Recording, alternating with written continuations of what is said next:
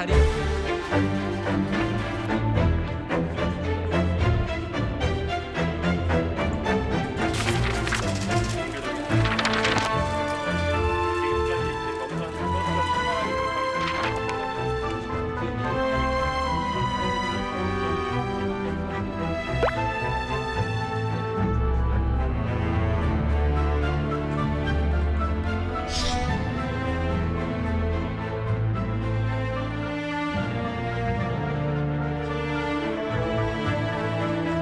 왕놀이하고 있는 이재명 지사의 가면을 확 찍고 나니 변학도가 보입니다.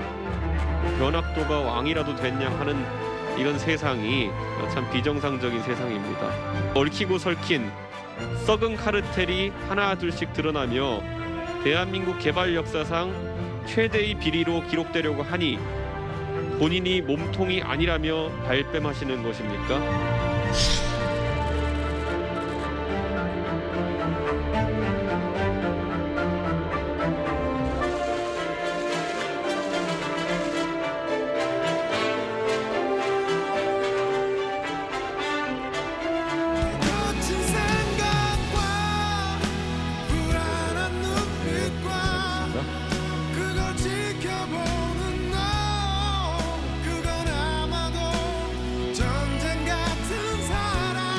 예, 이준석 대표의 이러다가 이 노래가 상징곡이 되겠습니다.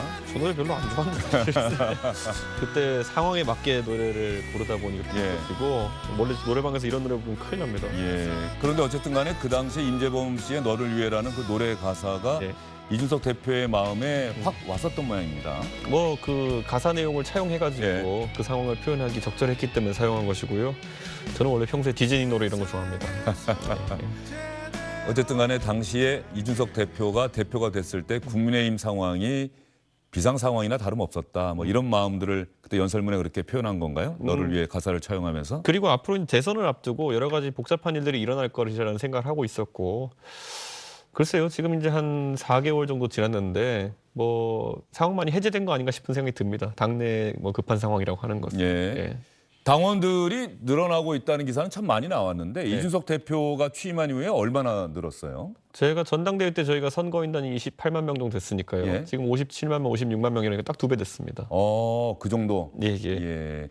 이번에 대선 후보 경선 때 그 선거인단 가운데 대략 투표율은 어느 정도 예상하고 있습니까? 이미 이제 2차 경선까지 한 50% 정도 수표율이 나왔으니까요. 저는 이번에도 50%를 상회하지 않을까라는 생각을 하고 있습니다. 예. 이준석 대표가 최근에 가장 주력하고 있는 사안은 역시 화천대유 특혜 의혹입니까?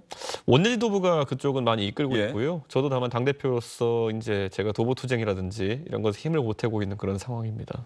얼마 전에 광주 가서도 도보 투쟁을 한 겁니까? 예, 예. 광주에서도 제가 5.18 광장부터 그 전남대 후문까지 걸으면서 이제 도보투쟁을 했는데 광주 시민들이 호응을 많이 해주시더라고요. 예. 제가 뭐 차 타고 지나가신 분들이 저에게 손을 흔들고 또 이렇게 하시는 걸 보면서 야, 광주도 많이 변했구나 이런 생각을 합니다. 알겠습니다. 이준석 대표와의 인터뷰를 진행하고 있는데요. 이준석 대표와 함께 봐야 될 지금 상황이 생겼어요. 민주당 당무위원회 예. 결론이 난 것 같습니다. 민주당 당무위원회 결론을 한번 들어볼까요? 오늘 얼마나 참석하셨고 오늘 참석 숫자 좀 체크해 주세요. 그리고 뭐 표결을 하신 건가요? 아니면 만장일치를 하신 건가요? 이게 보통 우리가 의결한 다음은 우리가 상임위든 모든 회의에서 특별한 이의가 없으면 의장이나 위원장이 의사봉을 두드리고 가결됐음을 선포하는 거거든요. 그러한 방식으로 했습니다. 그 마지막에 박수 소리가 나오던데 박수로 추인하는 형태. 네, 박수로 추인하는 형태로 했습니다. 그래서 무슨 만장일치냐 아니냐 이렇게 따질 문제는 아니었고요. 여러 의견들 다 들었지만 우리가 민주당이 향후 대선을 향해서 단합해서 가자면 모든 차이점들을 극복하고 이렇게 결정한 것이 옳다라는 취지하에 의결했다 이렇게 말씀드립니다. 오늘 참석은 76명 중에 현장 참석 48명, 서면 15명, 그래서 63명이 64명입니까? 64명. 네, 64명. 그러면 서면이 16명입니까? 소년이 15명이고요. 현장이 49명. 네. 향후 당규의 개정 방향은 그럼 어떻게 세부적으로 이제 그거 구체적인 고영진 수석 대변인의 브리핑이 있었는데 민주당 당무위원회가 이낙연 후보의 이의 제기를 수용하지 않기로 결론을 내렸다. 이제 이재명 후보가 민주당의 대선 후보로 최종적으로 확정됐다. 절차적으로 마무리가 됐다. 아마 이런 상황인 것 같습니다. 저거 수용하면 당 깨집니다. 예, 그렇기 때문에 수용 안 해서는 당을 안 깨야죠. 예. 예, 그건 당연한 판단일 거고요. 저는 이낙연 후보 측에서 아쉬운 마음이 굉장히 많겠지만은 그렇기 때문에 더더욱 야당에서 특검 제안했을 때 적극적으로 반응했어야 되는 거 아니냐.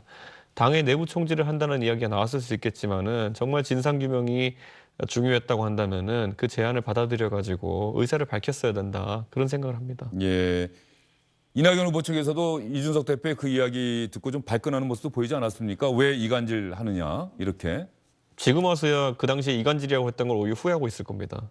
네, 왜냐하면 사실 제가 그래서 예로 들었던 것이 2016년에 새누리당 시절에 박근혜 정부에서 국정농단 사태가 일어났을 때 그 당시 새누리당에 속해 있던 의원들 중에서 일부가 국정조사와 특검에 동의를 해가지고 그 국정조사 특검이 성립한 것인데 저는 그때 그럼 민주당이 새누리당 의원들에게 동참을 호소했던 것이 이간질이었을까요? 저는 아니라고 보거든요. 결국에는 중차대한 국민들이 진실을 요구하는 사안에 대해 가지고 충분히 입법부의 일원으로서 당을 가리지 않고 동의할 만한 분들이 있었고 네. 지금도 그런 상황이었다 좀 봐서 제안한 것인데 그 시점에 이간질이라고 했으니까 그 당시도 이간질이었나 보죠, 뭐 민주당은. 예. 어쨌든 간에 국민의힘에서 특검을 도입해야 한다라고 요구하고 있는 건 알겠어요. 네. 그러면 특검이 도입될 것이냐 안 될 것이냐는 현재로서는 알 길이 없지 않습니까?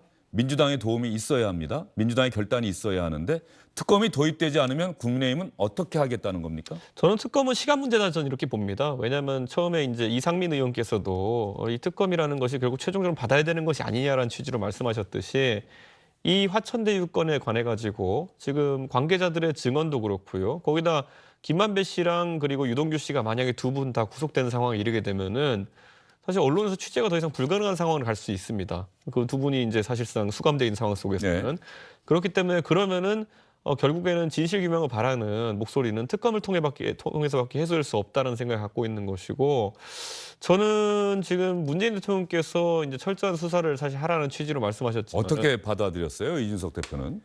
저는 이게 사실 대통령께서 말씀하시면 액면 그대로 좀 받아들여야 되는데 제가 이 시점에서 검찰 공무원이거나 아니면 경찰이라고 하면 어떤 느낌이 들까라고 했을 때 과거에 대통령께서 윤석열 총장을 임명하면서 그런 말씀하셨어요. 뭐 이런 성역 없는 수사하라는 네. 취지를 말씀하셨거든요. 그 말을 듣고 윤석열 검찰총장이 성역 없는 수사를 조국 장관 일가에게 했더니만 어떻게 됐습니까? 자기들 편이 이제 수사 대상이 되니까 윤석열 총장에서 감찰도 하고 추미애 장관이 괴롭히기도 하고 이러면서 사실상 윤석열 총장이 탄압받고 검찰총장도 그만두고 이렇게 하지 않았습니까? 그럼 제가 만약 지금 비슷한 위치에 있는 검찰 공무원이라면은 이게 하라고 해가지고 해야 되나 말아야 되나 굉장히 고민이 많을 것 같아요. 그러니까 저는 이미 대통령의 말씀은 공무원들에게 약간 신뢰를 잃으셨다 그런 생각을 합니다. 원래 이런 신뢰는요 한 번 줬을 때 제대로 이제 그걸 수행했을 때 그 신뢰가 쌓이는 것이고 아까 말했듯이 열심히 해라. 그런 다음에 열심히 했더니만 불이익을 받았다. 그럼 그다음부터는 이런 지시가 먹히지 않습니다. 문재인 대통령의 어제 그 지시가 결과적으로 특검 도입 요구에는 선을 그은 것이다. 여당에서는 그렇게 해석을 하고 있더라고요. 그렇게 볼 수 있는 분도 있겠지만 그걸 아마 결정한 것은 여론일 것입니다. 어차피 바로 뒤따르는 선거가 대통령 선거가 있기 때문에 사실 민주당의 3차 경선 선거인단 투표에서도 볼 수도 있듯이 일반 국민의 여론이라는 것이 급격하게 변하고 있습니다. 그렇다면은 지금 단계에서 사실 이미 시기를 좀 놓쳤다고 보는 것이 경선 예비 후보 상태인 이재명 지사에 대한 의혹 규명 요구에서 이제는 민주당의 공식 대선 후보가 된 이재명 지사에 대한 그런 어떤 의혹 규명 요구로 바뀐 것이고요. 이제는 민주당도 같이 이제 책임을 져야 되는 단계가 왔고요. 만약에 수사기관들이 열심히 하지 않으면은 정부도 책임져야 될 단계가 있을 겁니다. 그렇기 때문에 갈수록 그냥 이 속된 말로 판돈이 커지는 것이지 뭔가 규명된 건 없다. 당장 의혹의 핵심은 이제 이재명 후보를 향하고 있는데 자, 이 타임라인을 살펴보시면요. 이재명 후보의 언사가 갈수록 굉장히 비유만 여러 가지 들고 있는 것이지 네. 내용의 핵심에는 전혀 접근하지 못하고 있는 것이거든요.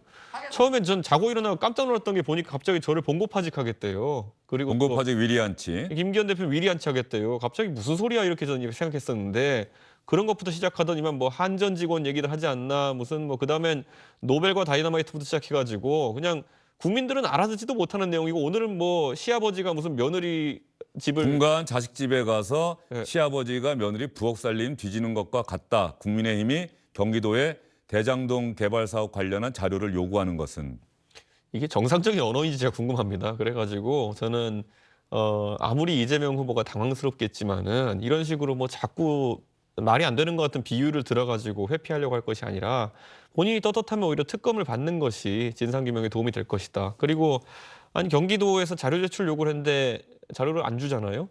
그러니까 국감이라는 것이 무엇이겠습니까? 저희가 증인도 신청하고 자료 제출 요구도 하고 그것이 받아들여지면은 그걸 바탕으로 저희가 검토해가지고 현장에서 질의를 하고 그래서 이제 국민을 대신해서 그 답을 듣는 것인데 자기 그 국감 나가겠다는 얘기는 했지만은 자료를 안 줘요. 그럼 이거는 제 생각에는 본인이 그냥 현란한 말기술로 어떻게 버텨보겠다는 생각인 것 같은데요.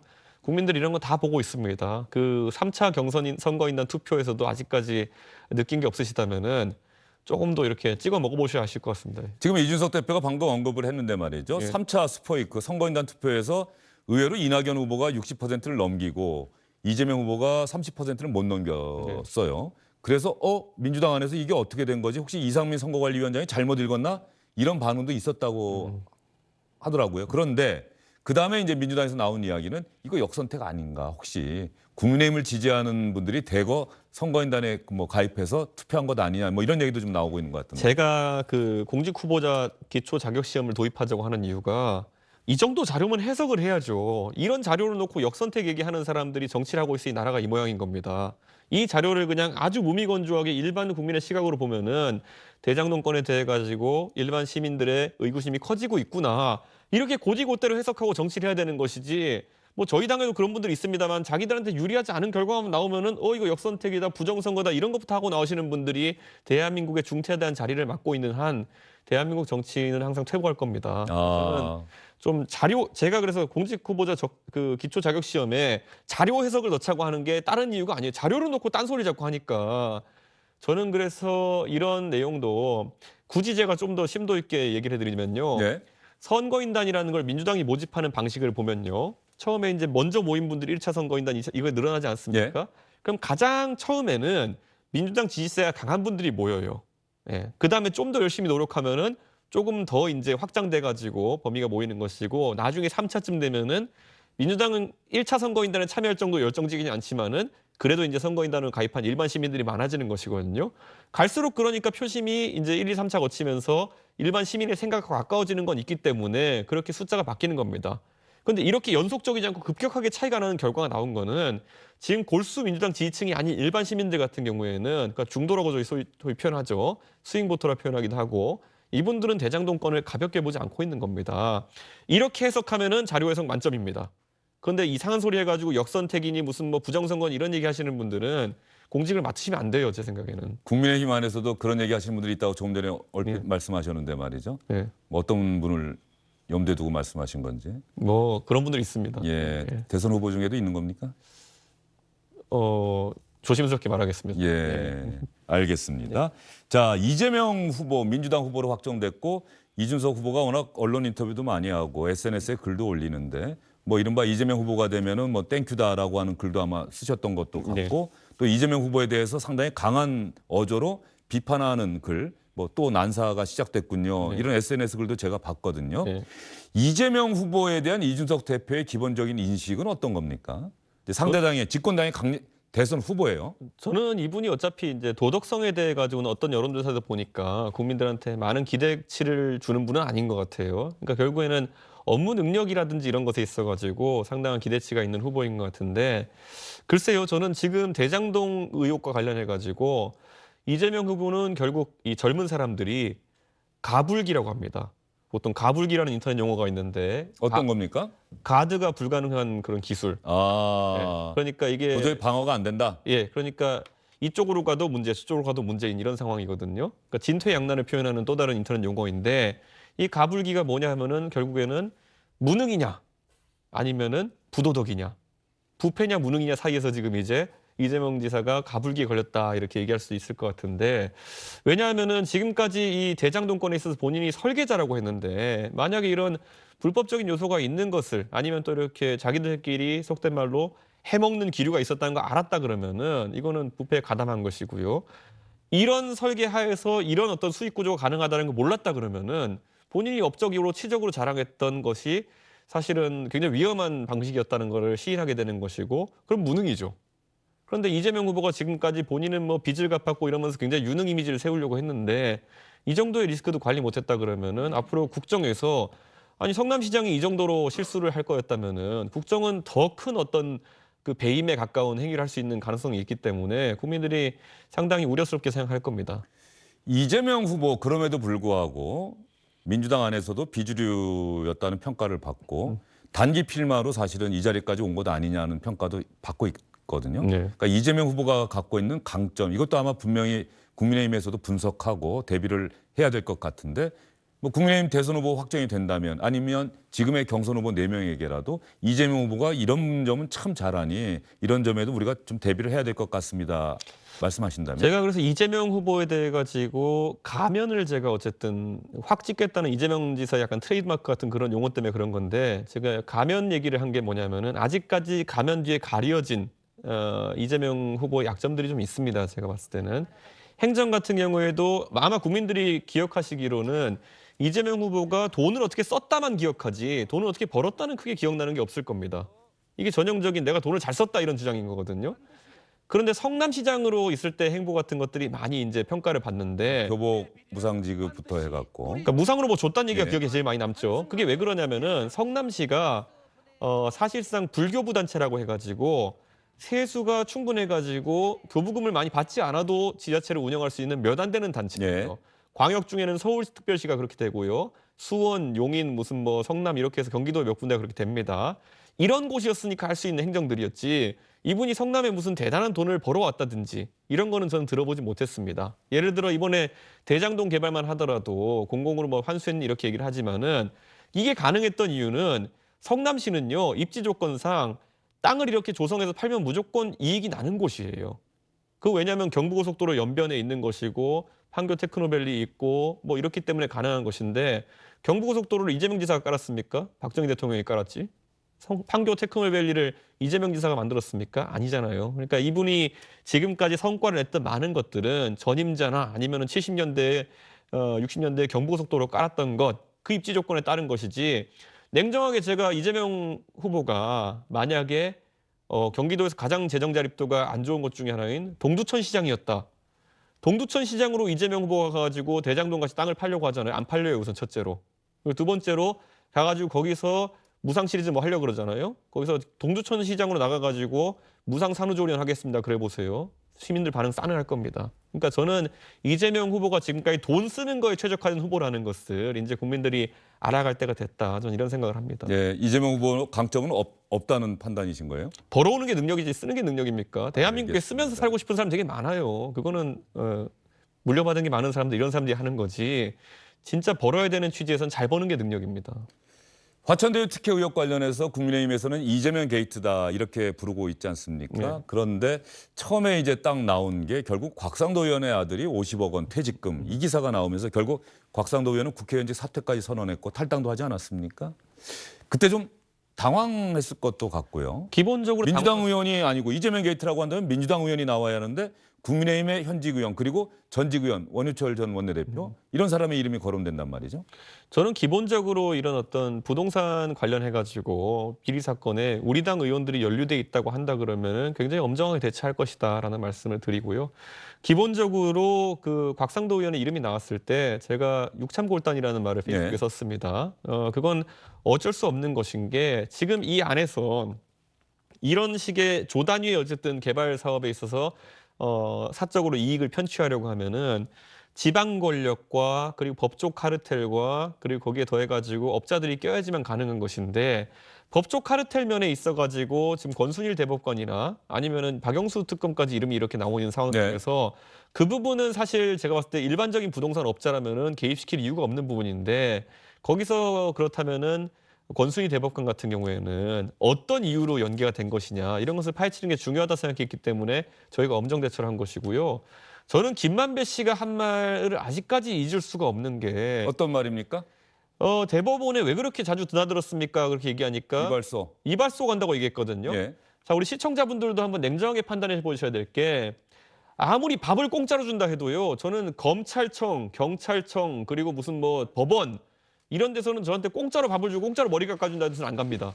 대한민국 국민 누구나 그런 데 가고 싶지 않아 할 거예요. 근데 김만배 씨는 도대체 어떤 이유이길래 그런 곳에 가서 머리를 깎으시면 마음이 편한 건지 저는 이해가 안 가거든요. 그러니까 그건 오히려 전 그냥 둘러댄 것에 가깝다 보고 누굴 만나러 거기에 왜 갔느냐 이거는 규명돼야 될 것이고 그 권순희 대법관도 보면은 이재명 그 후보의 판결 전후로 해가지고 사실 김만배 씨가 출입한 기록이 있다고 하는데 그런 게 왜 그러면 가능한 것인지 왜 필요했던 것인지 좀 알 필요가 있을 것 같습니다.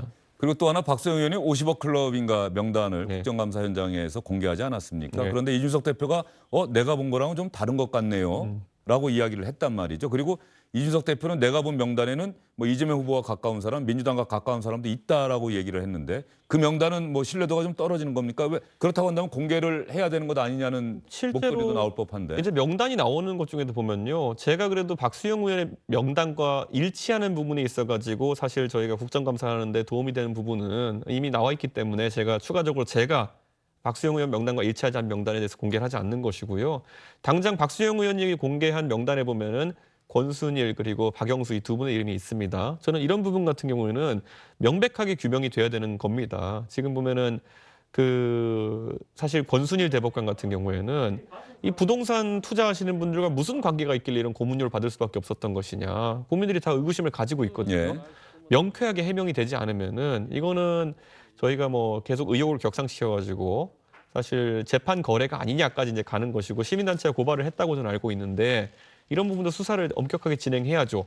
오늘의 이재명 대선 후보가 있을 수 있는 단 하나의 이유는 그때 대법원에서 무죄 취지의 파기환송이 일어났기 때문이고 그 순간이 사실은 결정적인 순간이죠. 그거 아니었으면 지금 후보 자격이 없습니다. 네. 그렇기 때문에 그 건과 관련이 있었던 권순일 대법관이 왜 하필이면은 이 화천대유와 관련된 곳에 이름이 등장하느냐 이거는 굉장히 의문이 갑니다. 저는. 예, 의문이 가는데 국민의힘에서도 그걸 뭐 입증할 증거나 뭐 입증할 어떤 증언이라 이런 걸 좀 확보하지는 못한 것 아닙니까? 저는 지금 상황에서 수사에 착수하기 위한 최소한의 어떤 그런 자료들은 확보가 된 것이 아닌가 이런 생각을 합니다. 예전에 보면은 그 최순실 씨 국정농단에 관한 많은 수사들 나중에 예. 이제 고구마 줄기처럼 다 나오긴 했지만은 처음에 요구받았을 때는 그 정유라 씨가 이대에 입시하면서 뭐 메달을 목에 걸고 갔다 뭐 이런 것부터 시작했던 거거든요. 거기서 이런 거대한 뭐 국정농단 얘기 나올 줄 어떻게 알았겠습니까? 근데 그 당시에 언론과 그리고 수사기관에 착수해서 이제 할 정도의 그런 그 장작은 이 화천대유권 관련해서도 충분히 쌓여 있다. 그런데 많은 국민들이 아마 시청하시는 분들도 의문을 가질 겁니다. 도대체 왜 성남시청은 이 많은 의혹에 대해 가지고 압수수색 한 번 안 당한 거냐?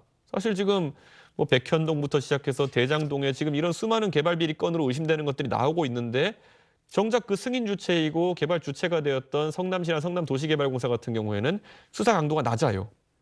그리고 예전에 한동훈 검사 수사할 때 기억해 보시면은 문재인 검찰이라는 것이 사실상 가가지고 몸을 날려가지고 소파 위로 휴대전화 이야기하려고 하시는군요. 소파 위로 몸을 날려가지고 한동훈 검사 핸드폰을 뺏어오려고 하다가 뭐 서로 부상도 입고 뭐 이렇게 했던 게 검찰의 수사 방식이었는데 이 유동규 씨 핸드폰 압수수색할 때는 창밖으로 던지고 그 찾지도 못하고 나중에 경찰이 찾고 뭐 이런 상황이거든요. 저는 약간 이거는 온도차가 좀 있다는 생각을 합니다. 알겠습니다. 이준석 대표의 오늘 주영진의 뉴스브리핑 출연은 사실 어젯밤에 긴급하게 잡힌 거죠. 예. 이야기를 하다가 예. 그런데도 불구하고 오늘 아침에 이준석 대표가 출연합니다라고 예. 유튜브 채널에 알렸더니 벌써 300개가 넘는 질문이 들어왔다고 합니다. 예. 이준석 대표에 대한 관심이 여전히 상당히 뜨겁다는 걸 알 수 있는데 어떤 질문 들어왔는지 한번 보고 그다음에 또 이야기를 이어가도록 하겠습니다.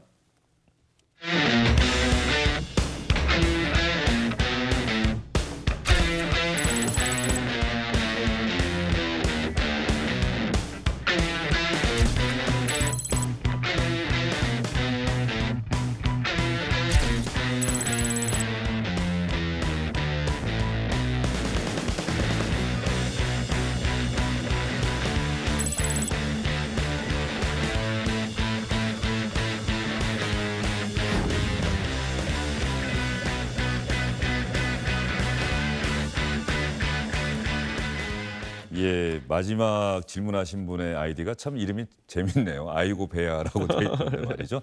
자, 이준석 대표 이제부터 좀 짧게 네. 답변을 해주셨으면 좋겠어요. 첫 번째 질문 한번 볼까요? 어떤 질문이었는지 한번 보면서 이야기를 이어가도록 하겠습니다. 맨 처음에 나왔던 질문이 제가 지금 보니까 최고위원들과 중요한 순간마다 충돌했고 원희룡 후보하고도 충돌했고 이 어떻게 앞으로 이런 충돌이 계속되는 거냐 뭐 이런 걸 한번 물어보는 것 같습니다.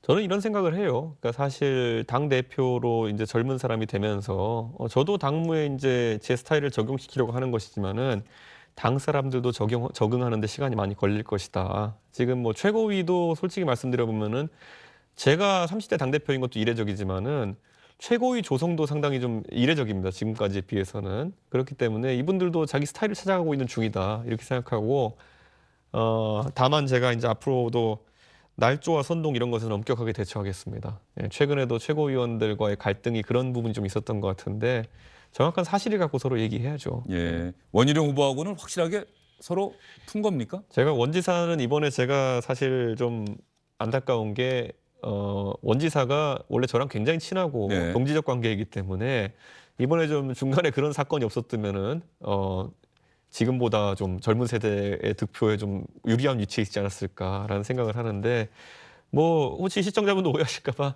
원지사라는 그 오해는 다 풀었습니다. 예, 알겠습니다. 워낙 저희는 친합니다. 예, 오해는 다 풀었다. 네. 그리고 본인의 병역 비리 의혹은 아마 계속해서 이거 문제 제기하신 분들이 있는 것 같은데 지난번에 출연했을 때 이미 얘기를 했었죠. 이분들이 이제 계속 찾아다니는 게 예. 이준석의 정보처리 기사 자격증이 있느냐 이런 예. 거거든요. 정보처리 기사 자격증 없으면은 병특 등록 자체를 할 수가 없어요. 근데 그걸 이제 할 수 없네 했다고 이제 비리라고 주장하시려고 하는 것 같은데 나중에 좀 더 큰 분이 민주당에서 물면 제가 정보처리 기사 자격증 여기 한번 들고 나오겠습니다. 알겠습니다. 예. 그리고 SBS가 보도한 네. 거죠. 아버지의 제주도 땅 네. 농지인데 현재 거주하지도 않고 농사를 짓지도 않으면서 갖고 있는 건 농지법 위반이다. 그때 사과했어요. 네, 예. 내가 미국 유학 중이고 18살 때였다. 그 이후에 혹시 아버지께서 뭐 처분하셨다고? 저희 아버지는 관청의 처분을 다 따르겠다라고 하셨고 예. 관청에서 아마 그걸 처분하라고 이제 판매하라고 이제 처분을 내린 걸로 알고 있기 예. 때문에 판매하실 겁니다. 아마. 그러면은 시장에 매물로 내놓은 겁니까? 뭐 저는 그렇게 알고 있습니다. 예, 매물로 내놓은 것을 알고 예, 있다. 예. 아직 팔리지는 않았다. 그건 제가 확인 못 해봤습니다. 알겠습니다. 그거 한번 또 나중에 확인 한번 하셔서 얘기를 예. 하셔야 될 것 같고요. 홍준표 후보, 윤석열 후보 뭐 이거는 어쨌든 경선 끝나고 나면 어떻게 그 지지층을 하나로 묶을 것이냐. 예. 이준석 대표가 이런 걸 해줘야 된다. 뭐 이런 질문인 것 같네요. 후보도 후보죠. 후보가 잘해야죠. 그거는. 예. 후보가 사실 경선 중에도 지금 예를 들어 홍 후보 같은 경우에는 젊은 세대의 지지가 강하고 윤석열 후보가 오히려 당 밖에서 오신 분인데 저희 당의 전통적 지지층에게 좀 호소력이 강하다는 평가를 받고 그러는데 서로 지금부터 약점을 보완하기 위한 노력을 계속 해야 됩니다. 서로 지금 보면 경선이다 보면 마음이 급해가지고 내 장점과 아니면 핵심 지지층을 강화해가지고 경선에 이겨야지 이런 오판을 하시는 분들이 있는데 지금 젊은 세대가 예를 들어 누굴 지지한다고 해서 다른 후보를 배척하고 이런 건 아닙니다. 그렇기 때문에 지금부터 노력을 해야죠. 예. 전당대회 때 저도 2030 지지가 가장 강했다라고 많은 분들이 알고 계시지만 오히려 60대 지지가 강했습니다. 그런 만큼 노력하기에 따라가지고 결과가 나올 겁니다.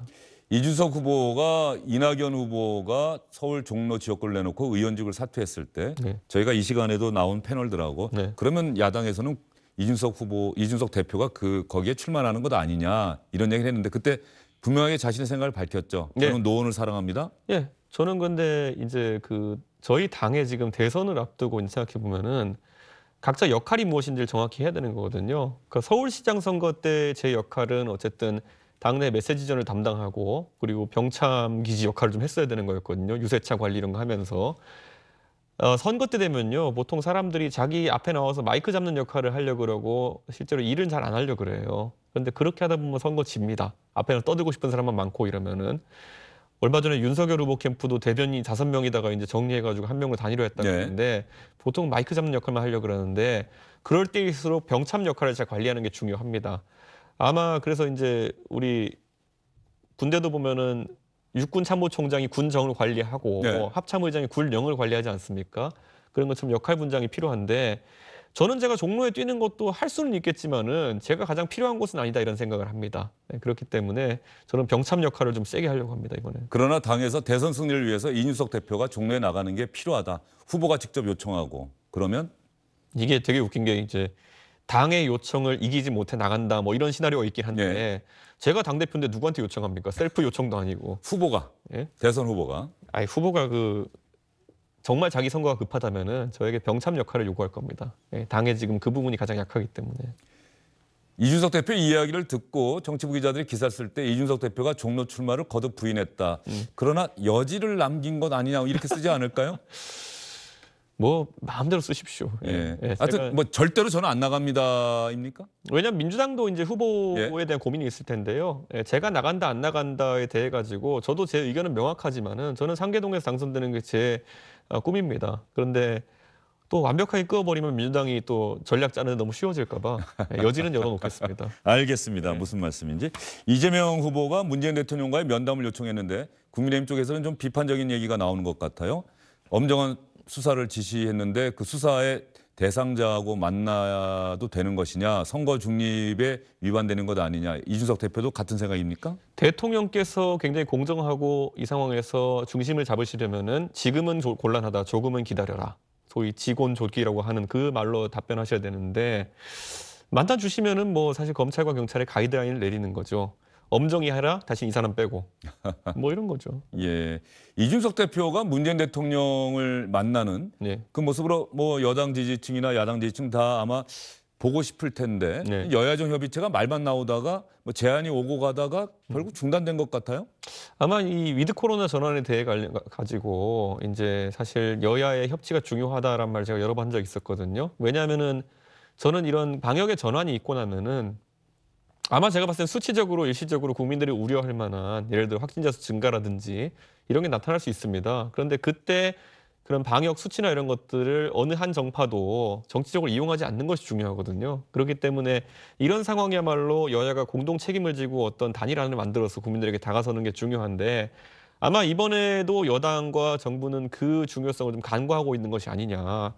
부동산 정책 때 본인들이 자신감을 가지고 김수현 수석 나와가지고 이야기하고 속된 말로 혼자 다 하려고 그러다가 부동산 완전히 지금 망하지 않았습니까? 그런 것처럼 위드 코로나 전환 같은 것들도 여야 협치를 통해 가지고 할 수 있다 그러면은 리스크는 좀 서로 나누고 이런 어떤 국민들에게 안정감을 줄 수 있는 상황인데 좀 안타깝습니다. 그거. 예. 시간이 좀 지나긴 했습니다만 이준석 대표 오랜만에 나오셨으니까 아주 짧게 한번 답변해 네. 주셨으면 좋겠어요. 대표 이제 취임한 지 넉 달 지났죠. 가장 힘들었던 순간이 언제입니까? 저는 앞으로도 힘들 게 많다고 생각하는데요. 지금도 저에게 있어서 가장 큰 저항은 제가 공약했던 공직 후보자 기초 자격 시험에 대한 부분입니다. 이 지방 의원들의 어떤 역량을 강화하고 그리고 정치에 어쨌든 젊은 세대가 정치에 입문하는 좋은 관문으로 만들기 위해 가지고는 지방 의회의 대개혁을 가하는 것이 중요하다 이런 생각을 하는데 이거 아마 지금 현역 구의원들이나 시의원들이 들으시면은 나를 자르겠다는 얘기인가 이런 식으로 받아들여 가지고 저항이 굉장히 강한 것 같은데 국민 대다수는 아마 좀 이런 개혁을 바라고 있을 겁니다. 그래서 이번에 대선 후보 저희가 누가 된다 하더라도 잘 이야기해 가지고 국민의힘이 개혁의 선두에 서야 된다 이런 생각인데 저항 진짜 셉니다. 예. 알겠습니다. 예. 공직자 기초 자격 시험. 예. 이건 또 대선 후보하고도 또 얘기를 해야겠죠? 대선 후보들이 이기고 싶으면 받을 것이요. 아니면은 또 다른 얘기가 있을 텐데 저는 꼭 설득해내겠습니다. 이준석 대표에게 물어볼 내용이 훨씬 많습니다만 역시 또 시간이 아쉽습니다. 조만간에 송영길 민주당 대표와의 송일회첩 2탄을 한번 저희가 준비를 해보도록 하겠습니다. 이준석 대표 나오셨는데 저희가 오늘 하늘 한번 보셨어요 오늘? 아직 못 봤습니다. 오늘 하늘이 정말 가을 하늘. 예. 저희가 SBS 옥상에 그 파노라마 카메라가 있는데 한번 볼까요?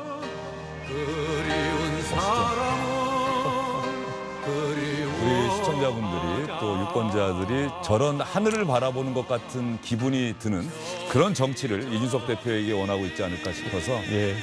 송창식 씨의 푸르른 날과 함께 저 하늘을 여러분께 보여드렸습니다. 이준석 대표에게도 보여드리고 저 노래 가사 보면 눈이 부시게 푸르른 날은 그리운 사람을 그리워하자 이런 가사가 있어요.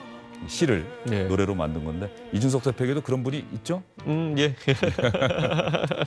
알겠습니다. 이준석 국민의힘 대표와의 인터뷰였습니다. 오늘 말씀 잘 들었습니다. 감사합니다. 주영진의 뉴스 브리핑 오늘은 여기서 인사드리겠습니다. 이낙연 민주당 후보는 현재 집에 머물고 있고요. 오늘 중에 입장을 표명할지는 불확실하다. 현장에서 취재한 기자가 그렇게 전언해 왔다고 합니다. 시청해주신 여러분 고맙습니다.